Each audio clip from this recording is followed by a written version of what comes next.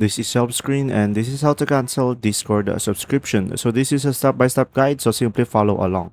So guys, first thing that you need to do is go to your device settings, and after that guys, you go ahead and tap on your Apple ID on the top of the screen right here, and then from there, you'll be able to go to this page and tap on subscription.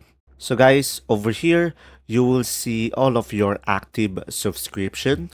So from here, you will also see the expired ones down below. And guys, also over here, you will see the dates for when the next payment is due to be taken from your account.